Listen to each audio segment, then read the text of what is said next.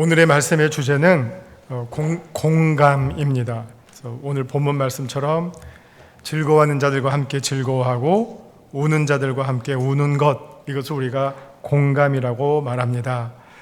영어로는 공감에 대한 표현이 두 개가 있는데요. 하나는 compassion이라고 해서 이거는 로마식 표현이고요. 또 하나는 sympathy라고 해서 이것은 헬라어식 표현입니다. 두 단어가 모두 마음을 함께 하는 것 혹은 아픔을 함께 나누는 것으로 번역이 가능합니다. 마음을 함께 하는 것을 우리가 공감이라고 하는데, 옆에 사람의 아픔이 곧 나의 아픔으로 느낄 수 있는 것, 옆에 사람의 즐거움이 나의 즐거움이 되는 것, 이것을 우리가 공감이라고 말합니다. 오늘 본문이 등장하는 자리는 로마서 12장의 말씀입니다. 여러분이 아시는 것처럼 이 로마서는 크게 세 부분으로 되어 있는데요. 앞부분에는 죄의 심각성에 대해서 말하고 있고요. 그 다음에 중간 부분은 이 죄로부터 우리가 구원받는 길에 대해서 소개해주고 있고요. 그리고 12장부터 후반부가 시작되는데, 이 12장부터 시작되는 내용은 구원받은 성도들이 어떻게 감사한 마음을 가지고 그리스도인의 삶을 살아나가겠느냐 하는 것을 가르쳐주고 있습니다. 그래서 12장을 시작하는 제일 중요한 표현이 우리 몸을 하나님이 기뻐하시는 거룩한 산 제물로 드려라 라고 하는 말씀입니다. 이게 우리 그리스도인의 삶을 한마디로 표현하는 내용이 되겠습니다. 그런데 우리 몸을 하나님께 산 제물로 드리는 삶이 과연 어떤 삶의 모습이 되겠습니까?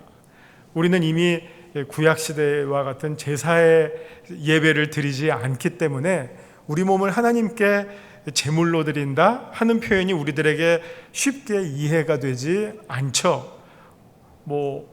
우리 어렸을 때 제가 주일학교 담당했을 때 설교했던 그 예화가 있는데 리빙스턴 예화예요. 그래서 리빙스턴이라고 하는 선교사가 헌금 시간에 자기가 아무것도 가진 게 없으니까 그 헌금 주머니에 자기 몸을 던졌다 그래요. 그래서 자기 몸을 있는 그대로 바쳐서 결국 그 어린아이의 마음이 나중에 아프리카 선교사가 되었다, 이런 예화를 했는데, 여러분 봉헌 시간에 여러분의 몸을 헌금통 안에 집어넣는 것이 산제물입니까? 아무도 그러신 분은 안 계시죠?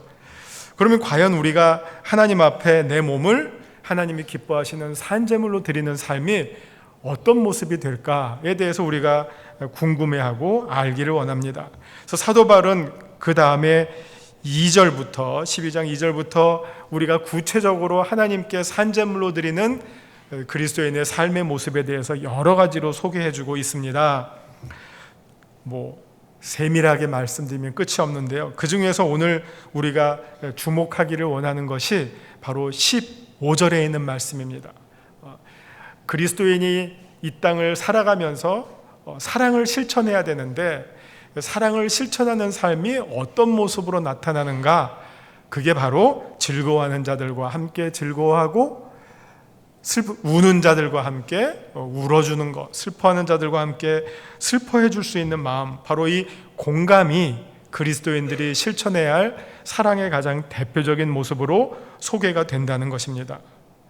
그리스도인의 삶을 한마디로 표현하면 그래서 공감하는 삶으로 표현이 가능하다는 말입니다.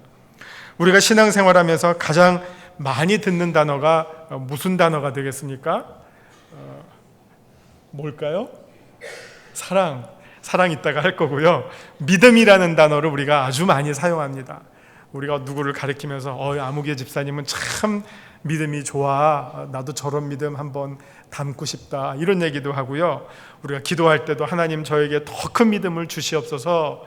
믿음이 아주 우리 신앙생활의 핵심적인 단어가 되고 있습니다. 그럼 여러분, 과연 믿음이라는 게 도대체 무엇입니까? 히브리서 11장에 나오는 것처럼 막 우리가 보지도 못하면서 그래도 나는 믿어 라고 자기 확신을 하는 것, 이걸 우리가 믿음이라고 많이들 생각합니다. 당연하지요. 동정녀 탄생을 믿는 것, 죽은 다음에 부활하는 것을 믿는 것, 천국과 지옥의 실제를 믿는 것, 예수님의 재림을 믿는 것, 중요한 교리들의 내용, 그리고 성경의 말씀들을 있는 그대로 온전히 믿는 것, 이것을 우리가 아주 좋은 믿음이라고 말합니다. 그러나 이것과 함께 우리가 꼭 기억해야 할 내용이 믿음은 공감하는 힘, 공감하는 능력이라고 하는 사실입니다. 무엇을 공감하고 누구를 공감합니까? 우리가 하나님의 마음과 공감하는 것, 이것이 바로 믿음입니다. 믿음은 다른 말로 말하면 하나님의 마음과 나의 마음이 함께 느끼는 것, 하나님의 마음을 내가 함께 느끼는 것, 이것이 바로 진정한 믿음이라고 말할 수 있습니다. 우리가 어떤 사물을 바라봅니다. 어떻게 바라봐야 할까요? 하나님의 눈으로 봅니다. 우리가 사람을 대합니다. 어떻게 대해야 될까요? 주님의 마음으로 대합니다. 어떤 일을 처리를 합니다. 하나님의 방식대로 처리를 합니다. 우리가 흔히 말하는 세상의 방식, 야로 부리는 이런 방식이 아니라 편법, 수를 쓰는 방식이 아니라 정말 하나님의 방식대로 처리합니다. 이것이 성숙하고 온전한 믿음이라면 이것이야말로 하나님과 내가 공감하는 능력이라고 표현할 수 있습니다. 하나님이 눈물을 흘리실 때 우리도 울고, 하나님이 즐거워하실 때 우리도 즐거워하는 것, 이것이 바로 믿음입니다. 하나님의 마음과 나의 마음이 만약 따로 논다면 내가 아무리 성경의 모든 내용을 다 믿는다고 큰 소리를 친다 하더라도 그 믿음은 살아있는 믿음이라고 할 수 없다는 것입니다. 그런 까닭의 믿음은 하나님과 공감하는 능력입니다. 그래서 성경은 어떤 사람을 가장 높이 평가할 때 아무개가 하나님과 동행했다라는 표현을 씁니다. 노아가 그랬습니다. 모든 사람이 다 심판받는 시대에 노아만은 하나님과 동행하는 삶을 살았다고 합니다. 노아는 의인이요 당대의 완전한 자라 그가 하나님과 동행하였으며, 노아의 삶을 한마디로 말하면 하나님과 함께 느끼고 함께 행동하는 삶을 살았다는 것이고요. 이것이 바로 그가 구원받았던 가장 결정적인 이유라고 말할 수 있습니다. 이렇듯 믿음은 하나님과 우리의 마음이 그리고 우리의 삶이 함께하는 것, 공감하는 것이라고 말할 수 있다는 것입니다. 여러분, 믿음이 하나님과 공감하는 것이라면, 공감하는 능력이라면 사랑은 무엇이겠습니까? 사랑은 사람들과 공감하는 능력입니다. 오늘 본문에서 말씀하는 것처럼 우는 자들과 함께 울고 즐거워하는 자들과 함께 즐거워할 수 있는 능력, 이것이 무엇입니까? 이것이 바로 사랑의 모습입니다. 사랑의 마음입니다. 사랑이라고 하는 것은 함께 하는 것이죠. 일방통행이 아니라 서로 교감하고 쌍방통행, 소통하는 마음이 바로 사랑의 출발점입니다. 여러분, 우리 복음의 복음이라고 하는 것이 요한복음 3장 16절 아닙니까? 요한복음 3장 16절을 보시면 그 안에 하나님의 사랑이 나와요. 하나님이 세상을 이처럼 사랑하사. 그럼 이처럼이라고 하는 내용이 무엇입니까? 그 내용을 잘 보시면요, 하나님이 우리와 함께 하시는 거예요. 우리와 같은 모습으로 아들을 보내주시고 죄인의 모습으로 아들을 버리시는 것, 우리와 함께 하시려고.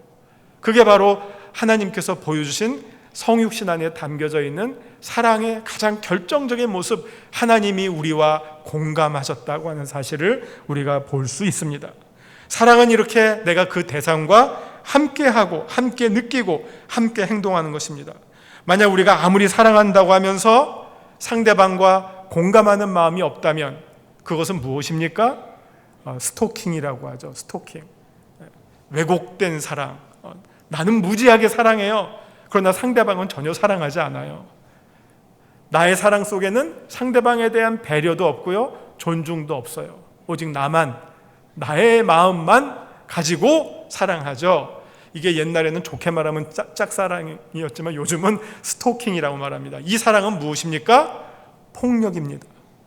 일방적인 사랑은 폭력과 다를 것이 없다는 것입니다. 예수님께서 병자들을 고쳐주실 때마다 성경에 꼭 등장하는 표현들을 우리가 주목하게 됩니다. 마가복음 1장 41절을 보시면 예수님께서 문둥병자를 고쳐주시는 장면입니다. 마가복음 1장 41절은 이렇게 표현합니다. 예수께서 불쌍히 여기사 손을 내밀어 그에게 대시며 이르시되 내가 원하노니 깨끗함을 받으라. 이렇게 표현합니다. 자, 여기서 예수님께서 고쳐주실 때 그 전에 두 가지를 소개합니다. 불쌍히 여기사, 공감하셨다는 말입니다. 이 불쌍히 여기사를 영어 성경을 보면 뭐라고 표현하냐면 filled with 컴패션으로 가득 찼다라고 표현합니다. 예수님의 마음이 먼저 공감, 같이 여기는 마음으로 가득 차고 그 다음에 손을 내밀어 대시고 그리고 치유하셨다고 합니다. 여러분, 문둥병자 만지면 됩니까? 안 됩니까? 당신은 안 돼요. 만지는 게 아니라 봐도 안 돼요. 저기 있으면 더 가까이 오지 못하게 돌 던지는 대상이 문둥병자예요. 삶으로부터 격리된 사람들이에요. 그럼에도 불구하고 예수님은 그를 고쳐주실 때 어떻게 하셨습니까? 일부러 의도적으로 다가가셔서 손을 대셨어요. 대면 안 되는데 손을 대셨다는 거예요. 왜요? 이 문둥병자가 정말 필요한 게 무엇입니까? 사람들의 접촉이에요. 관심이에요. 사람들로부터 내가 존중받고 있다는 마음이에요. 그게 무엇으로 표현이 됩니까? 손을 일부러 대주셨어요. 이 장면에만 나오는 표현입니다. 문둥병자를 고쳐주실 때만 예수님께서 손을 대셨다라는 표현이 나옵니다. 예수님이 그를 불쌍히 여기고 그가 정말 필요로 하는 것을 해주시고 그 다음에 고쳐주신 것을 우리가 보게 됩니다. 마태복음 14장 14절에는 유명한 오병이어의 기적이 소개가 되고 있습니다. 예수님께서 이 광야에 있는 5천 명을 먹이실 때도 그리고 그 기적을 행하실 때도 시작하는 말은 무엇이냐면은 예수께서 나오사 큰 무리를 보시고 불쌍히 여기사 그들의 배고픔을 예수님께서 함께 느끼셨습니다. 나는 얘기하느라고 정신없어서 배고픈 줄 모르겠는데 쟤네들 어때도 상관없어가 아니라 그들의 어려운 상황을 공감하시고 오병이어 기적을 베푸셨다라고 말씀하고 있습니다. 누가복음 7장 13절에는 과부의 죽은 아들을 살려주시는 장면이 나옵니다. 이때에도 주님께서 과부를 보시고 불쌍히 여기사 그 과부에게 가장 소중한 것이 무엇입니까? 아들이죠. 이미 남편 없어요. 아들밖에 없는데 그 아들이 죽고 말았어요. 그 처지를 예수님께서 보시고 불쌍히 여기사 영어 성경에는 예수님의 마음이 그녀에게로 향해서 갔다. 마음의 중심이 그녀에게로 옮겨져 있는 상태를 표현해주고 있습니다. 예수님의 치유 사건에는 고침을 받을 사람들을 향한 예수님의 공감하시는 마음이 사랑으로 표현되어 있다는 사실을 우리가 확인할 수 있다는 말씀입니다. 성경은 이웃을 비판하지 말라고 합니다. 다시 말하면 판단하지 말라는 말입니다. 여기에 대한 극단적인 두 가지 모습을 우리가 교회 안에서 봅니다. 어떤 사람은 이걸 지키려고요 입을 꽉 다물어요. 그냥 아무 말도 안 해요. 이를 악물고 판단하지 말랬어. 나 판단 안 해. 이런 사람이 있지만 좀 소수고요. 오히려 이름에도 불구하고 많은 사람들이 우리는 판단을 쉽게 해요. 무슨 일, 누가 어떻다 그러면 그건 뭐 때문에 그래. 이 회개해야 돼. 기도해야 돼. 딱딱 진단을 우리들이 얼마나 잘하는지 모릅니다. 요즘 안 좋은 말로 우리가 지적질이라는 말이 있는데요. 우리 그리스도인들이 지적질을 더 많이 해요. 저 뭐 때문에 그래. 우리가 다 심판자의 위치에서 꼭 판단을 합니다. 그런 말들이 사실은 엄청난 상처를 주게 됩니다. 실족시킵니다. 그러나 예수님은요, 가늠하다 잡힌 여인에게 무엇이라고 말씀하셨습니까?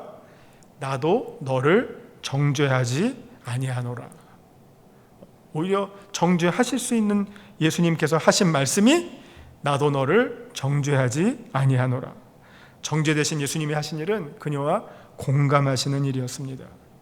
이웃을 향해 그리스도인이 가져야 할 자세는 정죄나 비판이 아니라 공감이고 불쌍히 여기는 일이고 측은히 여기는 마음입니다.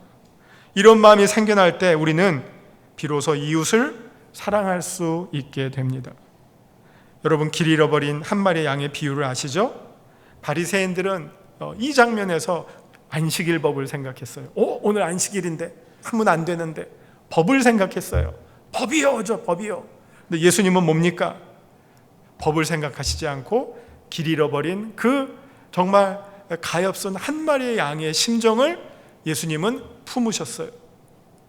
오늘이 안식일이건 무슨 날이건 중요하지 않고 절박하게 놓여있는 그 경각에 놓여있는 어린 양의 그 생명, 길 잃어버린 양의 생명을 예수님께서 불쌍히 여기고 그 양을 구하는 일을 예수님께서는 먼저 우선적으로 하셨다는 것입니다. 여러분 욥기를 아시죠? 욥의 친구들 얼마나 똑똑합니까? 그들이 욥을 향해서 던진 말 가운데 틀린 말 하나도 없습니다. 그러나 그들이 던졌던 화려한 말들은 다 정죄의 말이었지 욥과 공감하는 말은 한마디도 없었습니다. 그들은 억지로 답을 주려고 온갖 신학을 동원하고 자기들의 지식을 총동원해서 이럴 거야 했지 욥과 함께 울어주는 친구는 단 하나도 없었다는 것입니다. 슬플 때 같이 흘려주는 눈물은 100마디 말보다 더 큰 위로를 줍니다. 친구가 즐거워할 때 같이 즐거워해 주는 것보다 더 큰 축하는 없습니다. 우리는 믿음이 성장할수록 공감의 능력이 더불어 성장함을 느낄 수 있어야 합니다. 냉랭하고 무관심한 자세가 아니라 마음이 따뜻해지고 눈물이 많아지고 감동을 잘 받고 공감을 실천할 때 우리의 믿음과 사랑이 깊어지고 자라나게 됩니다. 제 친구 가운데 그 목사님 자제가 있어요. 그러니까 목사님 아들이니까 목사 사모님의 아들이기도 하죠. 그죠? 뭐 어려운 촌수 아닙니다. 부모님이 미국에 계시고요. 여기 이제 한국에 사니까 1년에 한 번씩 모셔서 효도 관광을 해드려요. 그렇게 해야 된다라고 이제 생각하는데, 이제 재밌는 거는 자기 아버지 어머니 그리고 장인 장모님을 함께 모셔서 카니발을 빌려서 6명이 한 차로 효도 관광을 떠나는 이 패키지 효도 관광을 하더라고요. 그러면서 이제 때가 되면 이제 코스를 잡고 어디 갔을 때는 점심은 어느 집, 저녁은 어느 집, 음식점을 다 머리에 계산해 놓다가 이제 그 계획대로 이렇게 모시고 다니면서 아주 행복해하는 그런 친구가 있습니다. 그 어머님은 사모님은 말이 없으신 분이에요. 그래서 평생 그 자기한테 얘야 이래라 저래라 하는 말을 들어보지를 못하고 살았다고 합니다. 그런데 이렇게 여행을 할 때 이제 끼니 때가 되면 이제 계획이 있잖아요. 오늘 점심은 저 집 가야 되겠다 하고 이제 그 집을 향해 가는데 어머님께서 사모님이 잠깐 우리 저 집 가자라고 가리키는 집이 있대요. 중간에 계획에서부터 이탈되는 거죠. 그래서 그 집을 딱 보면 어떤 집일까요? 손님이 왁작지껄한 대박나는 집, 주차장이 막 넘쳐나는 집이 아니라 텅텅 빈 집이래요. 야, 우리 저 집 가자. 아니 어머니 왜 저 집 가요? 손님이 없잖냐. 우리라도 가주자. 우리가 가주면 주인이 얼마나 좋아하겠냐. 우리 성도님들 가운데 자영업 하시는 분들 계시죠. 손님 한 사람이 얼마나 중요한지 아시죠? 제가 있는 양평의 주차장을 보면, 음식점 주차장을 보면 똑같은 차가 한 3대가 1년 내내 서 있는 집이 있어요. 주인이 차를 3대를 가지고 있는데 왜 그러는지 아시겠죠? 우리는 알죠. 똑같은 차가 1년 내내 서 있죠. 우리 누구든지 음식점을 가면 주차장이 막 넘쳐나는 집, 사람이 막 보글보글한 집, 줄 서서라도 그 집 가서 먹어야지 잘 먹었다 하잖아요. 또 맛도 있잖아요, 경험적으로. 근데 정말 아무도 찾지 않는 집을 그 집 가자는 거예요. 왜? 그 주인의 마음을 그 사모님이 공감하는 거예요. 야, 우리 6명인데 우리가 저 집 가서 어차피 이렇게도 먹어도 한 끼고 저렇게도 먹어도 한 끼인데 우리가 저 집 가서 팔아주면 얼마나 좋겠니? 그게 내 마음이 편하다. 그러고 고집을 부리신다니까 어쩔 수 없이 딸려가게 된다는 겁니다. 사모님답죠. 그죠?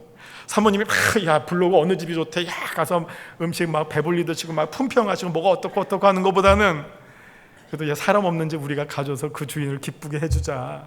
그게 훨씬 더 세상의 방식과는 맞지 않지만 이게 천국의 방식과는 어울리는 것 같아요. 그렇다고 맨날 그런 집만 찾아가시라는 말은 아니고요.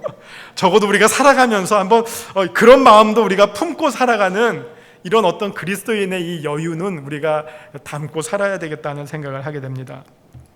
오늘 이 사도 바울께서 소개해주고 있는 이 정말 즐거워하는 자들과 함께 즐거워하고 우는 자들과 함께 울자라는 이 공감의 말씀은 사실은 예수님께서 하신 복음서의 말씀에 나오는 메아리에 해당됩니다. 예수님은 마태복음 11장 16절 17절에서 이렇게 말씀하셨어요. 이 세대를 무엇으로 비유할까?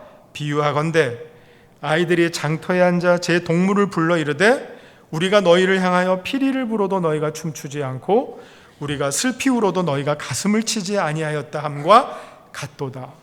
피리를 불면 막 신나서 춤을 춰야 되는데 가만히 있고 또 막 슬퍼서 우는 가슴을 치고 있는데도 덤덤하게 있으면 이걸 우리가 뭐라고 합니까? 마음이 병든 사람이죠. 마음이 마비가 된 사람, 영혼이 죽은 사람이라고 표현할 수 있겠죠. 제가 이렇게 학교에서 수업할 때 학생들 아이 컨택을 많이 해요. 그래서 이게 좀 알아듣고 있나 못 알아듣고 있나 이렇게 살핍니다. 근데 제일 어려운 학생이 누구냐? 무표정한 학생이에요. 표정이 도무지 없어. 그럼 제가 알아듣나 못 알아듣나? 혹시 화난 건 아닌가? 왜 저렇게 표정의 변화가 없을까? 뭐 웃기는 얘기하면 좀 웃기도 하고, 좀 중요한 얘기하면 뭔가 얼굴도 심각해져야 되는데 초지일관 가만히 있으면 제가 오히려 부담이 되고 내가 뭐 잘못하고 있나 그런 생각이 듭니다. 여러분 거울 보시죠? 거울 볼 때 꼭 보셔야 할 게 뭐 주름살 이런 거보다도요, 내 얼굴에 표정이 있나 없나 한번 보세요. 내 얼굴에 표정이 없으면요 조금 병든 거예요. 뭔가 약간 웃음을 머금은 듯한 생기가 있든지 뭔가 이 살아있는 느낌이 풍겨나야 돼요. 뭐 아우라까지는 안 바래요. 그러나 뭔가 생기는 조금 있어야 돼요. 근데 무표정하면 내가 이미 상당히 좀 심령이 건강치 못하다, 마음이 참 불편하다, 그런 거라고 보시면 돼요. 어떤 목사님들 막 설교하면서 아멘 소리가 왜 이렇게 작냐 하시는 분들 있죠. 막 아멘을 강조하세요. 이것도 왜 그럴까 보면 간단해요. 공감을 확인하고 싶은 거예요. 막 설교하는데 아멘 아멘 하면 지금 내 설교가 지금 잘 소통되고 있구나. 그래서 아마 신이 나서 이제 더 열심히 설교하시려고, 그래서 공감을 확인하는 작업이라고 생각이 돼요. 근데 사실은 뭐 소리를 안 들어도 눈으로 보면 대강 알거든요. 지금 잘 통한다 안 통한다. 근데 아마 버릇 같아요. 그만큼 공감은 우리들에게 서로 힘을 줍니다. 힘을 줍니다. 어려울 때 누군가 나와 공감해주고 있다는 사람이 있다면 거기서 어떤 위로의 말보다도 내가 거기서 힘을 얻게 됩니다. 공감은 그만큼 서로 소통해 나갈 때 큰 힘을 발휘하게 됩니다. 공감이 이루어지지 않는 상태, 무감각해진 상태고요, 병든 상태죠. 우리 그리스도인이라면 마땅히 어떤 의의를 볼 때는, 의의를 대할 때는 막 기뻐해야 합니다. 반대로 악을 대했을 때는 미워하고 분노하는 마음이 생겨야 됩니다. 누군가 어려운 마음이 있으면 내 마음이 안타까워져야 되는 것이 당연해요.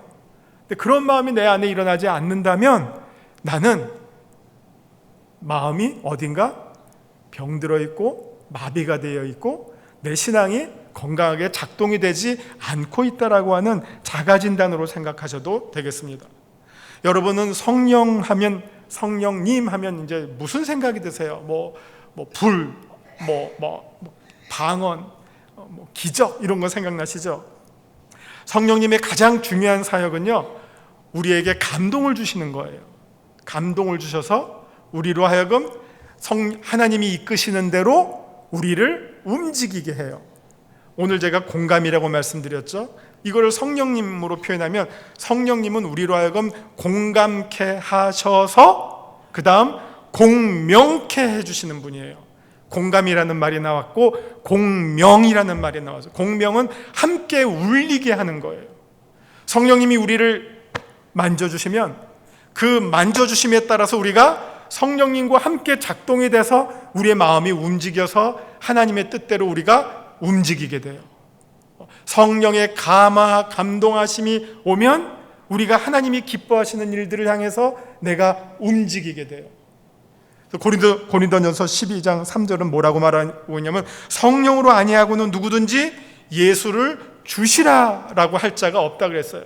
성령님께서 우리에게 감동을 주시면 우리의 마음이 감동을 받아서 예수님을 주님입니다라고 하는 울림을 내가 내 속으로부터 하게 된다는 것, 이게 공명이라고 하는 겁니다. 성령님께서 하시는 일은 하나님의 주파수가 우리를 관통해서 그 주파수에 우리도 함께 움직이게 해주시는 분, 그게 성령님입니다. 그 결과 우리는 믿음이라고 하는 놀라운 일들을 우리가 행할 수 있게 되고요, 사랑이라고 하는 또 새로운 일들을 우리가 실천할 수 있게 해주시는 것, 이것이 바로 성령께서 하시는 일입니다. 그래서 그 성령께서 우리에게 공감을 주시고 우리가 공명이 일어날 때, 즉 믿음이라고 하는 공명이 생겨나고요. 사랑이라고 하는 공명이 성령의 주도하심으로 우리의 삶 속에서 나타나게 된다는 것입니다.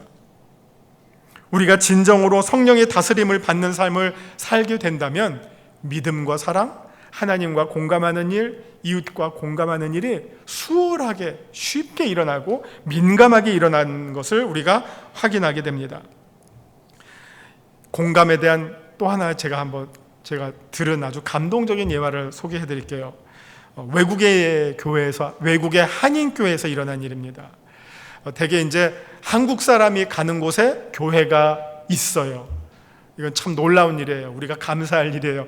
한국 사람이 한 5명, 10명만 있어도, 아마 한 3명만 있어도 교회 만들 생각을 하고요.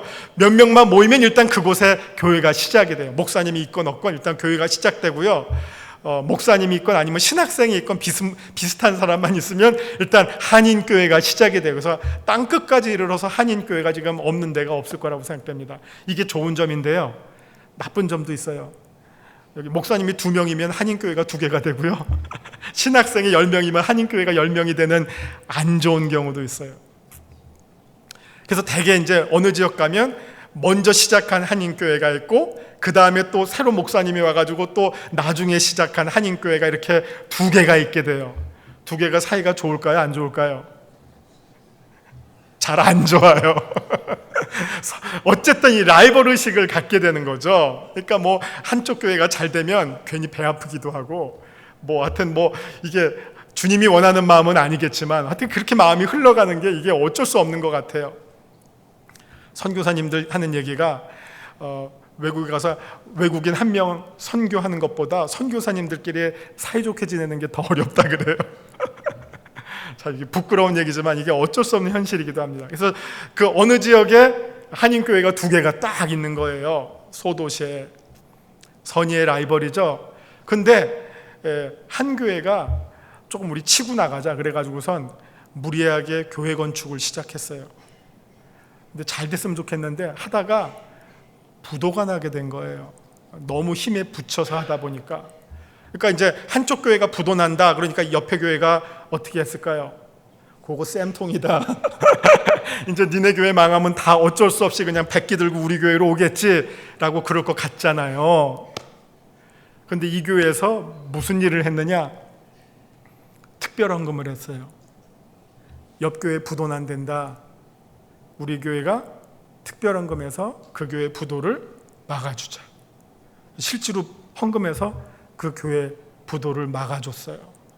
이걸 뭐라 그럴까요? 원수를 은혜 사랑으로 갚는다 그래야 될까요? 서로 껄끄러웠던 관계가 오히려 그냥 역전한방이 된 거예요. 그래서 꼭 자기네 교회 헌금하자 그래도 안 낼 성도들인데 옆 교회가 부도 나니까 우리 교회가 헌금하자 그래서 해줬더니 그럼 2교회가 어떻게 됐을까요? 형제자매 교회가 됐죠. 그래서 2교회가 그 다음부터는 단기 선교도 같이 가고 교회 행사도 같이 하고 옛날에는 경쟁이었지만 너무 사이좋은 정말 그 지역에서 없어서는 안 될 서로 의지하는 그런 교회가 됐다는 거. 이게 뭡니까? 공감이에요. 공감. 우리가 옆에 남의 어떤 어려움을 보고 그걸 내가 기뻐하면 그건 절대로 그리스도인이 아니에요. 남의 어려움을 보고 내가 같이 아파하고 또 남이 기뻐하는 걸 보고 내가 더 기뻐해 주는 것, 그게 그리스도인의 온전한 모습이고요. 그게 성령님의 지배를 받고 사는 건강한 신앙인의 모습이라고 하는 것이죠. 우리는 과연 그런 삶을 내가 얼마나 신경을 쓰고 열심히 살아가고 있는가? 오늘 우리 사회에 이따금씩 누가 자살하잖아요. 아는 사람이 자살하는 거 보면 섬찟하잖아요. 충격이 오더라고요. 만난 적은 없지만 제가 아는 사람이 누가 자살했다 그러면 충격이 와요. 우울증 이런 얘기 합니다. 만약 그 사람에게 그 마음의 아픔을 공감해 줄 수 있는 정말 필요한 사람이 있었다면 그렇게 됐을까요? 우리 사회에 지금 갈등이 너무나 심해요. 이 갈등의 원인이 무엇입니까? 우리가 서로 공감하는 마음이 있었다면 이 갈등이 지금 이만큼까지 커졌겠습니까? 그 가운데 우리 그리스도인들은 어떤 역할을 합니까? 정죄합니까? 지적합니까? 판단합니까? 아니면 공감을 합니까? 적어도 우리는 한밀의 정신을, 아까 제가 목사님이랑 한밀 얘기했는데, 좀 우리 교회 성도들은 다 어떤 마음이에요? 내 탓이다? 우리가 다 모르고 그랬다? 이거는 정말 공감을 실천할 수 있는 좋은 아주 원리라고 생각이 됩니다. 우리 그리스도인의 삶의 모습이 어때야 합니까? 하나님의 마음을 내가 품고 이웃의 마음을 내가 함께 느낀다면 정말 그 안에는 하나님이 기뻐하시는, 정말 우리 아까 불렀던 하늘의 씨앗, 우리 그리스도인들의 하늘의 씨앗이 되는 길이 어느 것으로부터 시작이 됩니까? 하나님과 공감하고 하나님 나라와 공감하고 이웃과 공감하는 것을 통해서 우리 한 사람이 하늘의 씨앗이 되고 하늘의 미랄이 된다면 우리 사회는 정말 이전보다 훨씬 더 건강하고 살만한 가치가 있고 살만한 이유가 있는 더 좋은 사회가 될 거예요. 우리 영색교회가 지난 50년, 올해 희년의 해잖아요. 50년 희년의 해. 정말 우리는 그래도 다른 교회들보다 더 하나님과 공감하고 이웃과 공감하는 것을 더 열심히 해온 교회라고 자부합니다. 앞으로 펼쳐질 또 새로운 50년, 정말 더 하나님의 마음을 품고 이웃과 마음을 같이 하는 그런 건강하고 성숙한 교회와 성도들로 더욱더 든든하게 자라나가기를 주님의 이름으로 축원합니다. 기도하겠습니다. 주님, 우리들에게 좋은 교회를 주시고 또 좋은 목회자들을 보내주시고 좋은 말씀을 주셔서 참으로 지금까지 이렇게 든든하게 믿음 생활 해올 수 있도록 은혜 주심을 감사드립니다. 주님, 바라기는 우리 모든 성도들이 정말 하나님의 마음을 더 깊이 품고 또 이웃과 마음을 같이 함으로 말미암아 천국의 역사가 우리의 삶으로부터 우리 교회로부터 공명하며 퍼져나가는 귀한 교회와 성도들 될 수 있도록 주님 은혜 내려 주시옵소서. 우리 교회를 주님의 손에 올려드립니다. 주님 주장하시고 천국의 도구로 삼아 주시옵소서. 예수님의 이름으로 기도합니다. 아멘.